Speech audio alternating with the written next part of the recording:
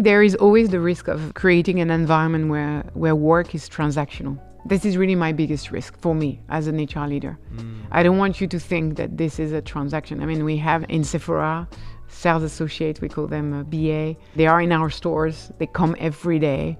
And I want them to feel every day that it's a new day and that they are going to grow, they are going to learn, and there is a path for them to continue their journey with us.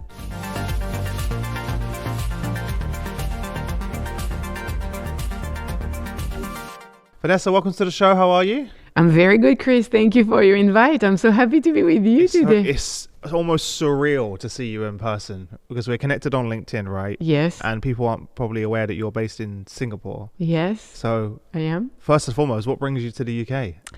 Well, I'm very, very lucky because this week I have attended a leadership conference. Nice. And I was refreshing myself with some new concepts around leadership. Leadership of the Future was the title of the conference. Interesting. And it was a fantastic week, full of learnings and energy, and incredible. And I took this opportunity to come to visit you. Yeah, when I got the message, I was like, really? This is so cool. So that was an internal leadership conference? Yes, indeed, with the LVMH group, yeah. So we're very lucky. We have a beautiful LVMH house. Ooh. And the first time I went there, it was in 2001. Yeah. And I came back in 2024, and it's still as exciting and as energetic as it used to be. Yeah. It's incredible that they took the opportunity to bring everyone together because that's becoming less and less common. It's true. But it's so important, especially at the leadership level where you want to build those relationships and connections as well. So it's great. Very meaningful to get to know people in person. Like I get to know you in person after listening to you for many years. Yeah. And tell them a little bit about you and your background and journey because it's pretty fascinating. And you also have your own show as well. So tell everyone a little bit about that. Yes. Yeah. So I was born in France. And when I was 19, I got a scholarship to study in Japan. Wow. So I left home at the age of 19, and I've been in Asia now for 28 years. Wow. I've lived in Japan for 5 years, in China for 17 years, and now in Singapore for the last 7 years. Wow. How did that happen? Like, what was where did the idea come from to go study abroad? So it was quite simple, Chris. It was less glamorous than what people think. Oh, okay. There was this paperwork to be done to enter a program, a university program. Uh-huh. And they say if you are interested in applying to the scholarship to go to Japan, you should tick this box. Really? That's so interesting. And I just ticked the box, and the box that I ticked actually changed the rest of my life so far. Wow. How did your parents react to that? I'm just thinking as a parent myself, I don't know how I'd feel about that. I know it's a bit of a random question, but no, it's a very good question, and I still have conversation with my mom about it still today. So I think they were very surprised, but they were very supportive. And they were a little bit scared, to be very honest, because at that time it was a very different world. We didn't have WhatsApp, we didn't have FaceTime. Yeah, we didn't have Skype or this, You're literally picking up the phone, like the physical cord phone. It was fax, actually, Chris. Fax. Oh my God.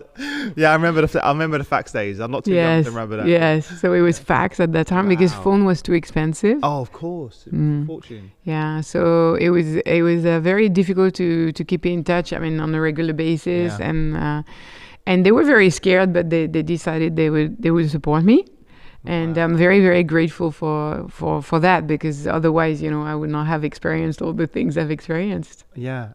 So talk us through from there to the journey to now. How did you get into this? So I was very lucky. I got another scholarship. I needed support for my financial support for my studies. So I got the scholarship from the Ministry of Education, but I got also a scholarship from the LVMH group. Okay. So when I graduated, I contacted the LVMH group, and at that time it was a moment where there were not many opportunities. So I started my journey in IT. So I was actually an IT, really? The worst IT I'd person. never have guessed that ever. The worst IT person in the history of IT. And when when I resigned, they were very happy to receive my. So I did these 2 years, and it was in a bank. And when I finished the mission with the bank, I contacted the LVMH group again. Yeah. And they had an opportunity in Hong Kong So I moved from Japan to China, and I've been working now for the LVMH Group for 23 years. Wow. What a language barrier. How did you overcome that? I was in a homestay family. So you were immersed every single day, obviously. Yes, and they couldn't speak English. I mean, Wow. I'm very grateful to them as well. They are. I'm still in touch with my homestay mom and my homestay dad, and they really made it a point that within 1 year I would be fluent in Japanese. So they did everything they could. I was a project for them. They were very supportive and very eager to because they wanted me to graduate from school, right? Yeah. So they understood that the language would be the first step. You're learning in the language, right? Yes. Wow. So I actually I went through and I lived with them as a family for a couple of years. Amazing. So your current role now, you're Vice President of HR Asia? Yes, indeed, yes. Yeah. So my scope is actually China, which is a very big market for us. Of course. And we also have what we call Asia Pacific, APAC. And it includes Singapore, Malaysia, Thailand, Australia, New Zealand, India, Indonesia, and the Philippines. Yeah. Should put that on there. Yeah. Tell everyone quickly about the podcast before we jump into some more. Yes. So I started with my very, very good friend and partner in crime, Vanessa Iloste, a podcast called Career Transition 18 months ago. And we actually, used your podcast as a proof of concept, kind of. If Chris can do it, anyone can. Yeah. So I actually, we listened to you for a lot of episodes, very, very attentively, looking at what you do, how you do. Oh, really? Yes. And we had a couple of role models like this. Nice. So you were one of the ones that were very very big already at that time. Yeah. And we started writing, the concept, and now we have 4 seasons already, 28 episodes. Amazing. So we are focused on the concept. I mean, everything surrounds all the research around what it takes to do a good career transition. Which is what we're going to talk about today. Yes. And I think you already told me it's already in the top 10. Yes, it's in the top 10 for business career in Singapore. Wow. And we're very happy about that. And we have a lot of followers and a lot of questions. I receive a lot of questions during the week. You're like, what have I got myself into?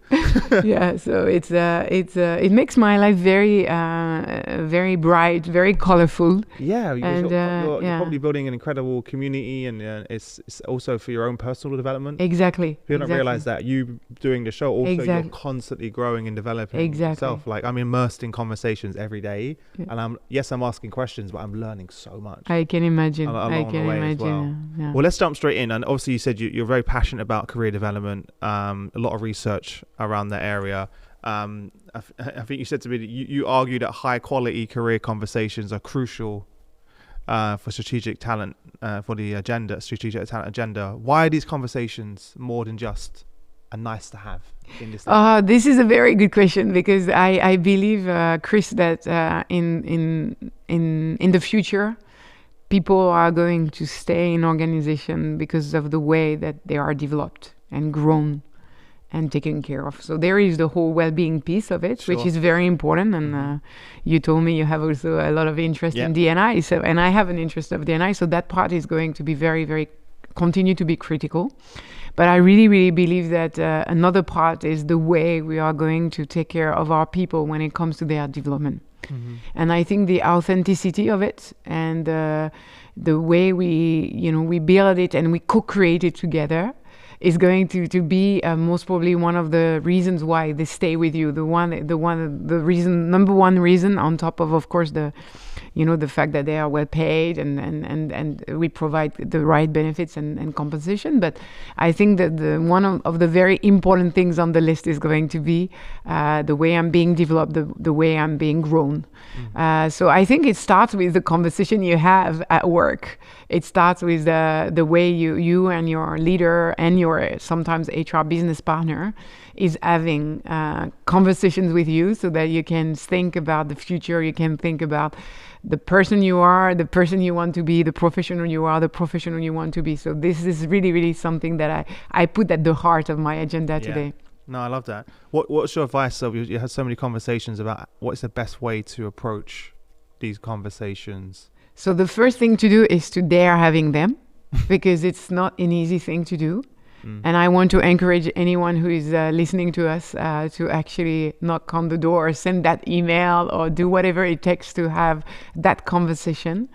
I think the second thing is to be ready for the world of possibilities. The world of possibility, you are a very good example of that, because your career was not actually a podcaster. An accident. No, yeah. So you're very good an example of that, Chris. But maybe, if I had met you 15 years ago, you already had something in your mind around creating HR leaders.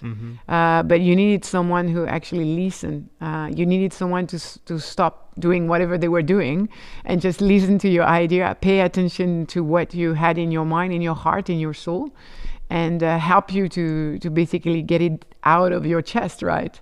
Yeah. So I think this is really the first advice I want to give to people is explore as wide as possible the world of possibilities. Of course, I belong to a very big, beautiful group, the LVMH group. So my first instinct is let's try to find an opportunity within the LVMH group. Yeah, which is probably the testament to why you've been in the business for so long. Exactly. You've constantly been developing and growing. Exactly.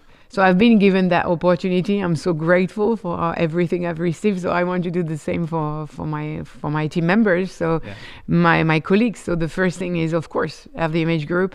But at the end of the day, if for any kind of reason, for instance, you move to a place where LVMH doesn't exist. There are not so many places like that in the world now. But if you move to a place where, we don't have opportunities for you, then we need to open the conversation to something bigger. And in case you want to be an entrepreneur, then why not? Let's also have this conversation. Yeah. So opening yourself to possibilities and making them as wide as possible, and as daring as possible. This is something that I would give as a first advice. Yeah. Why do you think that so many people, leaders and managers, or just everyone in general, avoid these conversations? Is it because they're worried of they're gonna find out, or are they worried that person's gonna leave their team? Like, what's the most common reasons that you see that people avoid having those conversations?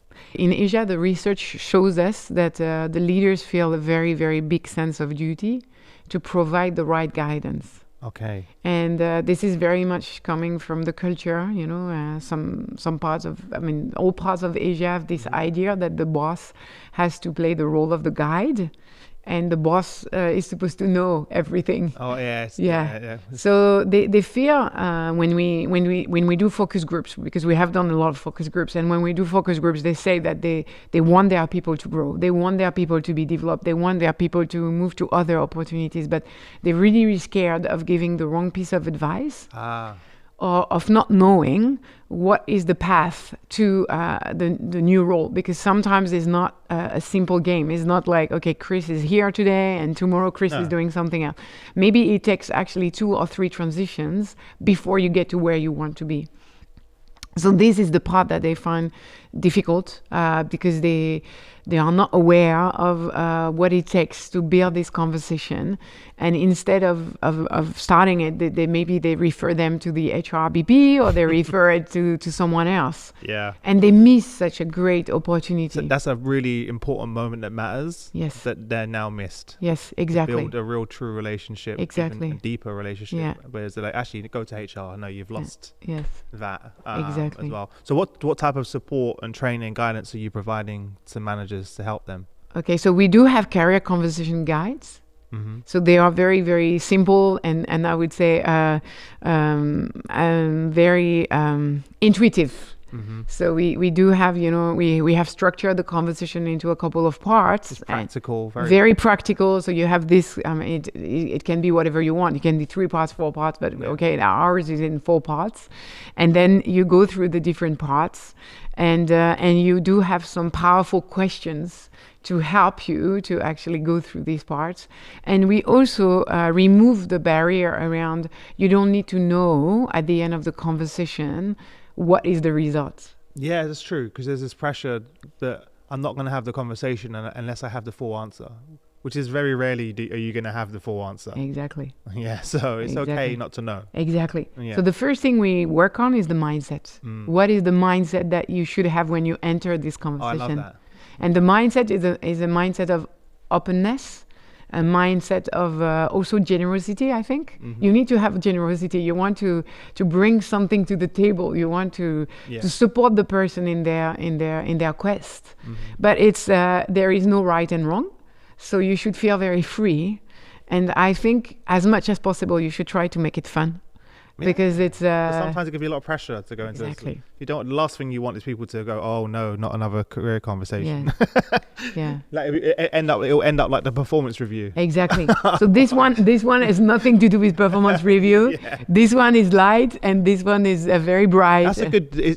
Does sometimes people get that confused? Yeah. It's very, very common. Really? It's very common, and there are still many organizations where actually the performance management is not separated from career conversation moments.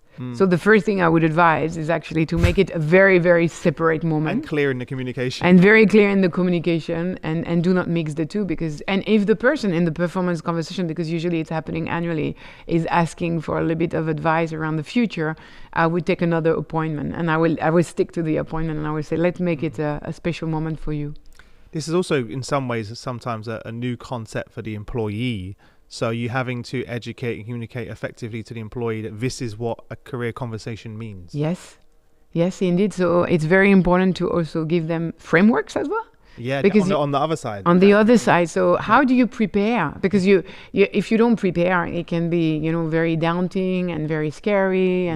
But if you prepare with some simple pointers around, Give me an example of a couple of things that you. A couple of things would be like, for instance, what is the most exciting into what you do today?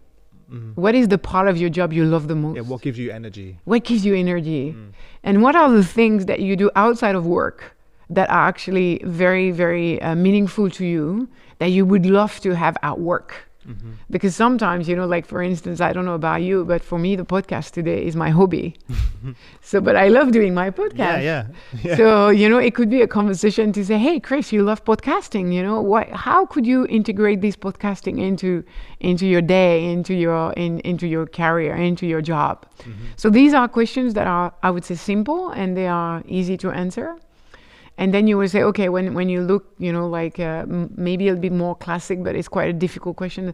Next 3 years, what do you want to do? And then becoming a little bit more granular about that. But I think the beginning is really the strength. Yeah. And the joy and the happiness that you want something that now you want to reframe it to something that they look forward to. Exactly. They're excited about. Exactly. To the meeting. Yeah. And I can only imagine that how strong the bond will become between the leader as well and employee. It's incredible. When you start to get into that, especially when you get into weaving the personal passions. And it's really powerful. So at DFS, we did some experiments when I was working for duty-free shoppers.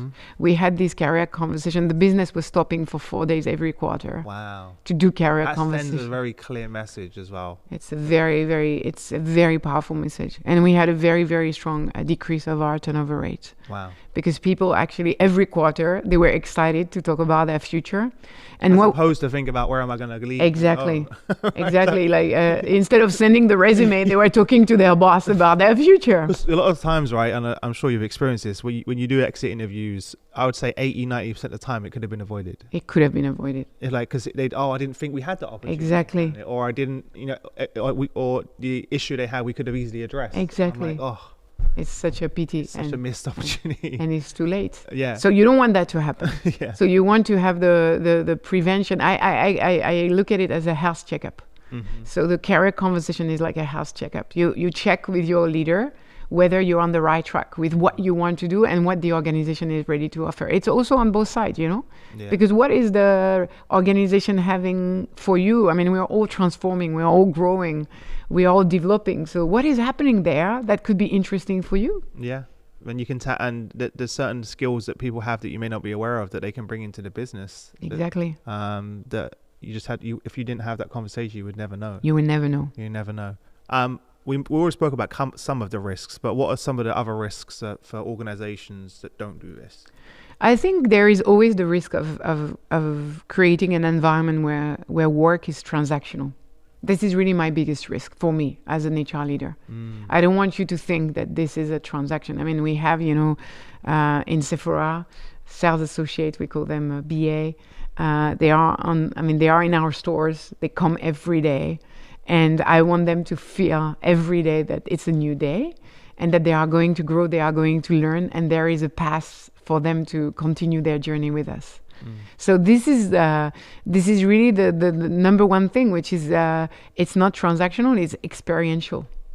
It's very, very important. The quality of the way you relate to your employer, the way you relate to your organization is experiential. I'm experiencing things. And sometimes it can be a little bit of confusion. What do you mean? You want me to become a store manager? I'm scared about this, So it can be an experience that maybe is not yet what you want, right? But at least you're having the conversation. But you have the conversation, and that makes you reflect. And maybe you say, you know what, for the time being, because of family reasons, I'm not ready yet to be a store manager because I need certain hours, I need a certain shift. But within 2 years, I would like to explore it again. So it's this is what I call by experiential. It's really making an impact on you. It also, one of the failures I see in the past of HR and teams is they assume they know what that individual wants, and they get it wrong so many times. Exactly. Don't assume anything. Never assume. I've made this mistake so many times before.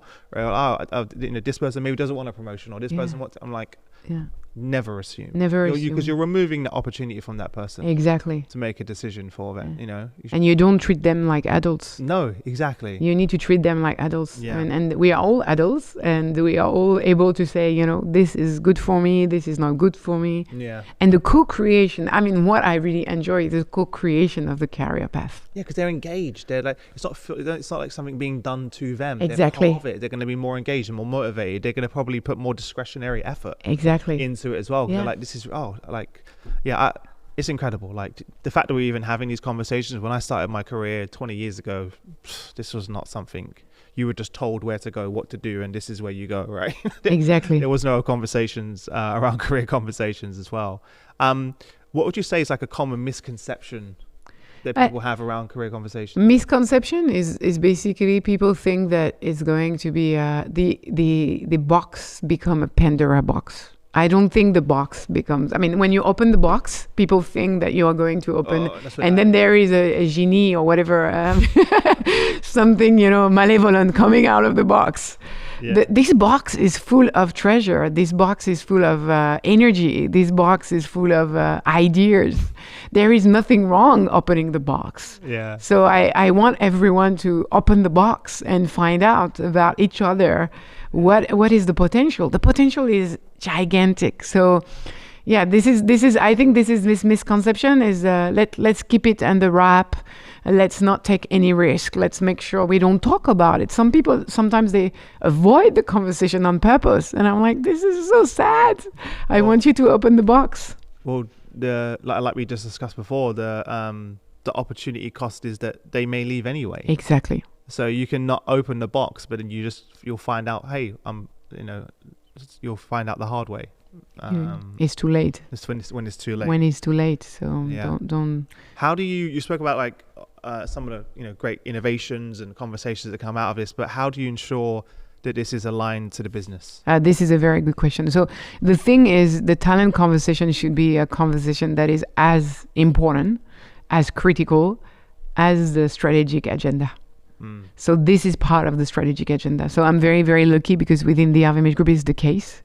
So we do have actually opportunities to talk on a regular basis with our business leaders about our talents, and we do that very, very often.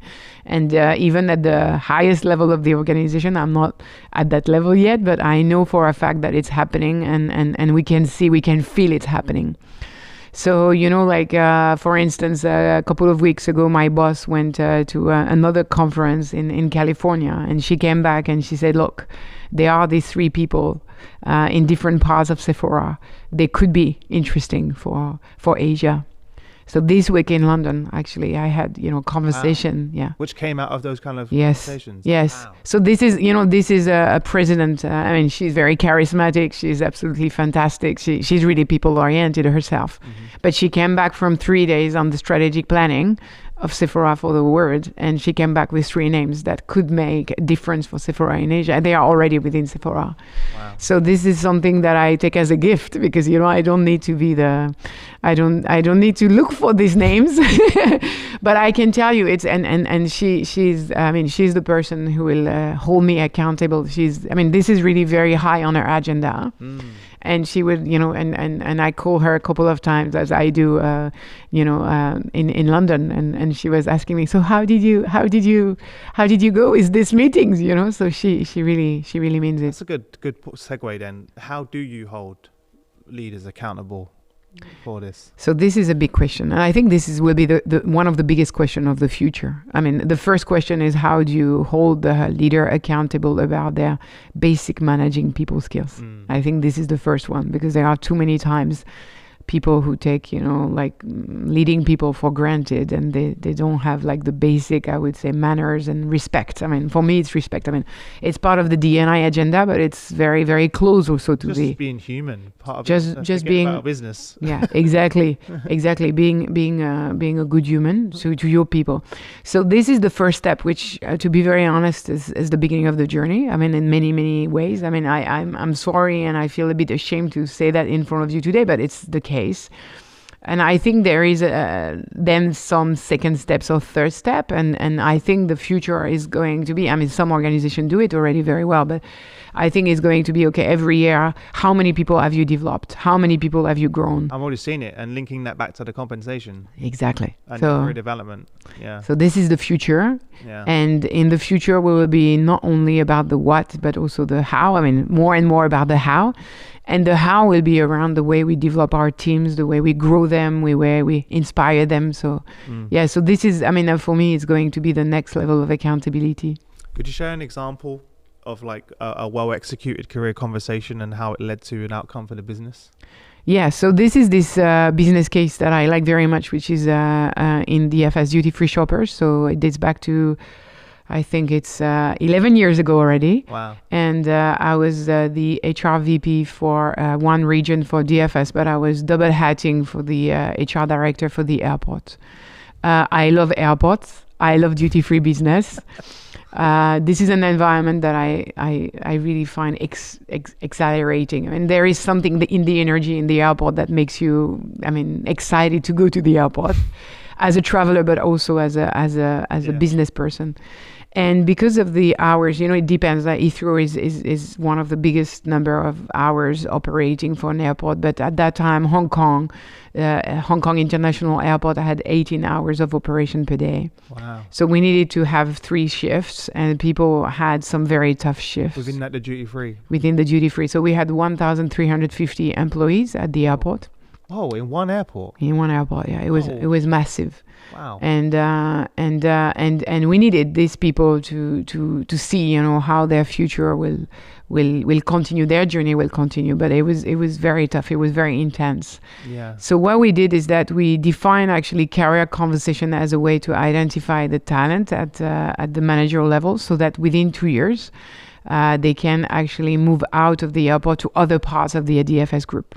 Amazing. So we started this career conversation journey, and after every quarter, after reviewing all the career conversation with the leaders, we debriefed, and we had a commitment that 1/4 of our leaders would actually move on to another role, either within the airport or to outside of the airport to another part of the DFS group.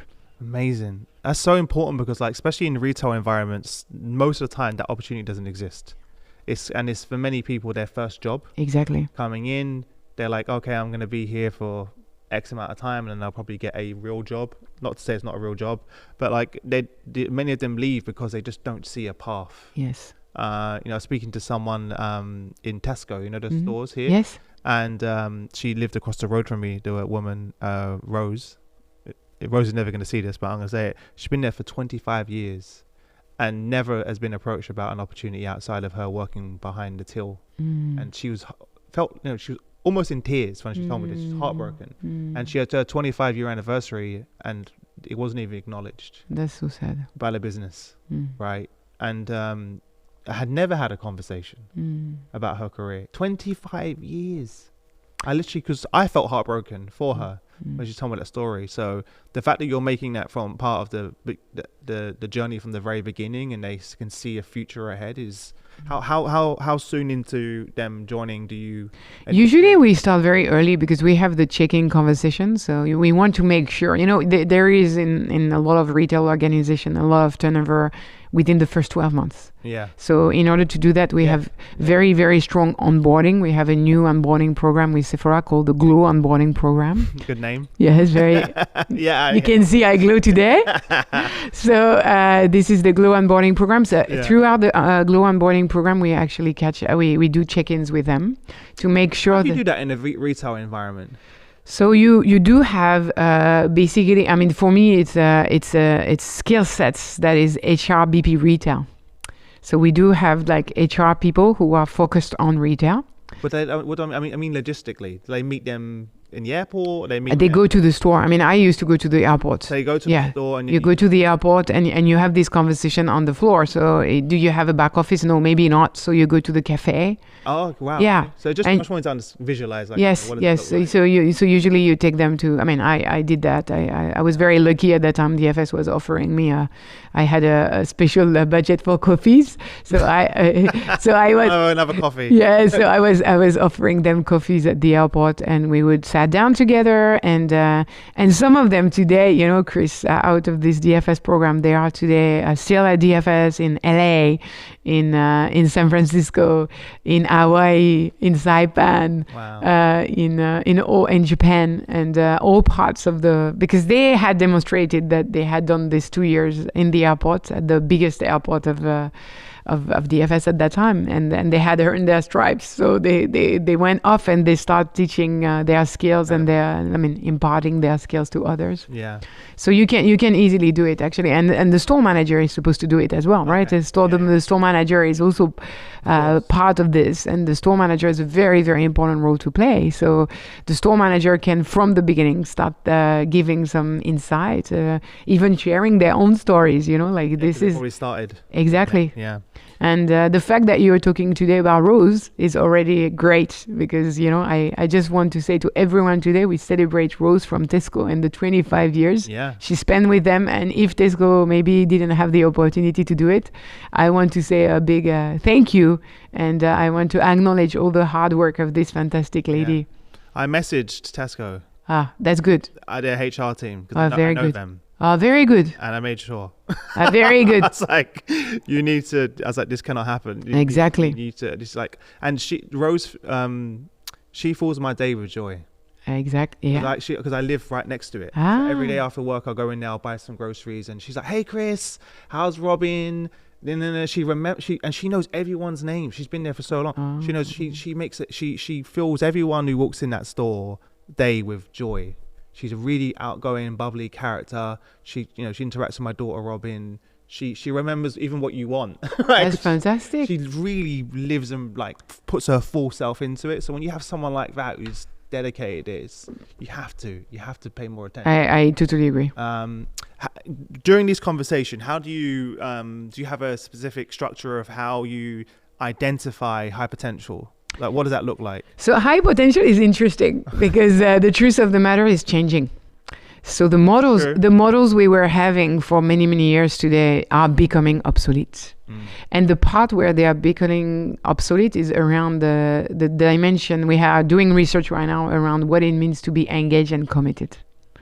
Because what looked like being committed and engaged before is very, very different today. Especially in a hybrid environment. Exactly. Very different. Very, very different. So I think there is, Vanessa, my partner in crime in the podcast, and me, we are doing quite a lot of research on that.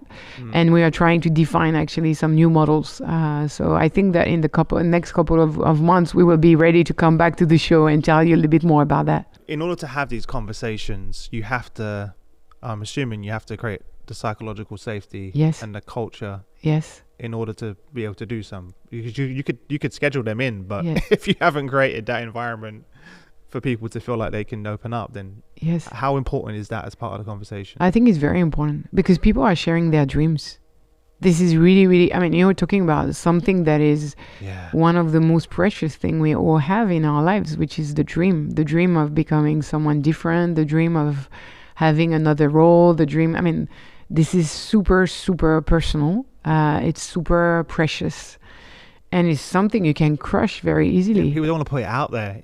I've even been like that with like family members and friends. I've not want to say it because you don't want to be shut down, right? So it's really, you're being very vulnerable. You are extremely vulnerable during the moment. So I think it's to acknowledge the fact that this conversation is very, unique, and this moment should be unique. So if you do it, it doesn't matter, where you are, but be present. Listen to the person with no judgment, because your dream and my dream might be different, but they are good dreams. Yeah. You know what I mean? It's like we have different dreams of the future, and still we can continue collaborating, we can continue enjoying and learning from each other.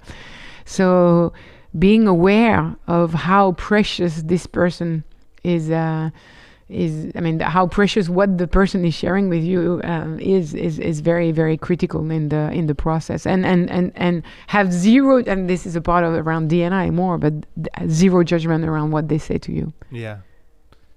How given the sensitive nature of the conversations, how are you doing this at scale? Are you tracking this? Are you recording conversations? Yes. So we do. What does that look like? Where do they sit? Yes. So we do have technology to help us. And to be very honest, and this is a message out there to all the HRIS provider, we don't have the technology we need because it's too constrained for the time being. Really? Yeah, it's not enough. It's not big enough. So I think we have a very, very good system within LVMH called Rise, where you can actually yourself. Great name. Yeah, it's very good name. It's very good name. Very on brand. Very on brand. And in this system, you can share about your dreams. You can share about your aspiration. You can really have a first go at describing what future looks like, and the leader is accountable for doing some form of documentation after the career conversation. However, the future is going to be very interesting because we are going into a marketplace. Marketplace. Yes. So we are going into a marketplace where basically people are going to work more and more. Building your own, or you? We are building our own. Oh, interesting. Yeah, very you interesting. Didn't go with the current talent marketplace providers. Yes. Why did you make that decision? Because we need something very specific. I think I cannot talk on behalf of the LVMH group, but I think that for the LVMH group, as one of the team members, investment. And commitment that they're building their own. Huge. It would be pretty easier to go and choose a partner. Yes, so exactly. So it's a very big journey for us.